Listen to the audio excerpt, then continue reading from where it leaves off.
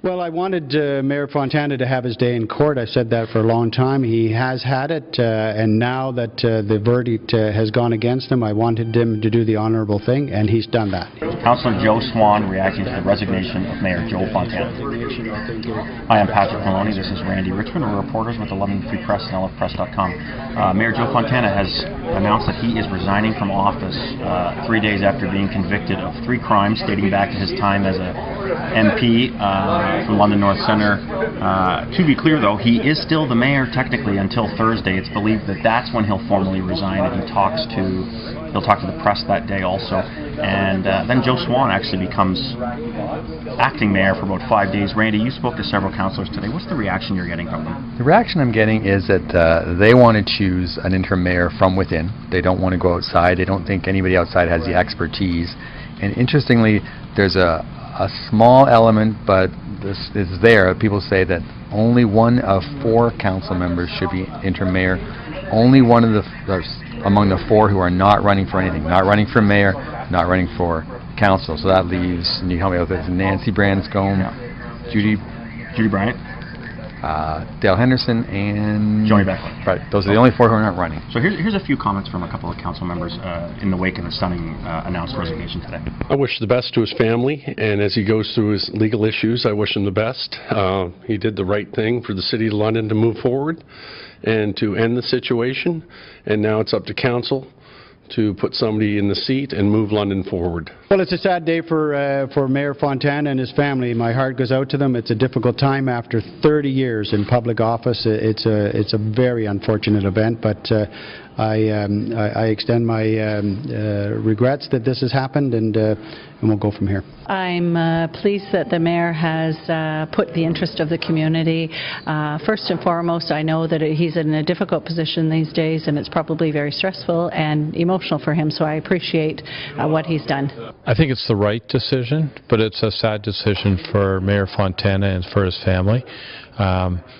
But it is the right decision for the City of London. It gives us clarity from which to go forward. It was a good decision to make. I think that he worded it appropriately, that it's for the best for the position, the mayor's position, as well as for the people of London and the judicial system.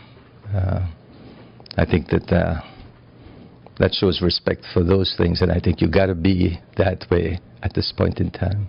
So again, if I can clarify here, Joe Swan is going to be the acting mayor for 5 or 6 days until early next week when council, this is the 14-member council because there is no 15th member anymore, Fontana's gone, the 14-member council will pick an interim mayor to serve out the term, and then of course you'll vote, fine Londoners, on a new mayor October 27th. Matt Brown's running for that position. I'm getting the sense that Joe Swan is going to run for that position, which brings me back to what you said earlier. Members of council don't want a guy running for mayor to serve as interim mayor for the next 4 months because it gives him an unfair advantage. Right. Is that it? That's right. And Councillor Paul Huber doesn't want, for example, anybody running for anything because he says that gives an incumbent in a ward race a lot of advantage too. Imagine if you're an incumbent in a ward race and you've served as interim mayor for 4 months. And you get headlines every day for the whole 4 months. Absolutely. As he says, they get to kiss the babies and cut the ribbons. Yeah. And, you know, somebody else running in that community doesn't have that same opportunity. Yeah. So in a statement that that was emailed out today from the mayor, he said he's hoping to ensure a smooth transition for whoever takes over for the next 4 months. Good luck with that, because when they have to make this choice on who keeps the office, the seat warm for the next 4 months, it's gonna take a council majority, so that's 8 votes, and I'm not sure how easy it's going to be to find any one candidate that 8 people can agree on. I know the public wants Joni Beckler to do it, but a lot of councillors don't want her there. Well, Harold Usho said to me that he doesn't think it should be someone from any one particular camp. I don't know how you're going to find someone who doesn't have some sort of camp background in there in the last 3 years. Yeah, if there's a defining sort of characteristic to this 4-year council term, it's been that it's been really divided 8 to 7, right? So it's really interesting to see. Mayor's resignation, maybe not surprising, but still shocking. Would you agree with that? This is a historic moment for the city. Absolutely, and there were some people who expressed a lot of surprise.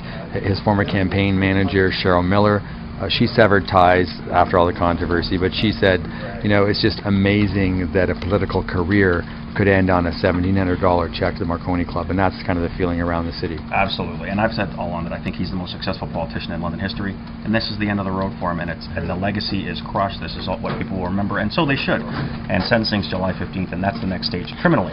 Politically, the next step is on Thursday when Mayor Fontana will speak to reporters, and stick with lfpress.com. We'll be live streaming that event, and of course we'll have full coverage online and in print at the London Free Press. On behalf of Randy, I'm Pat. Thank you for watching.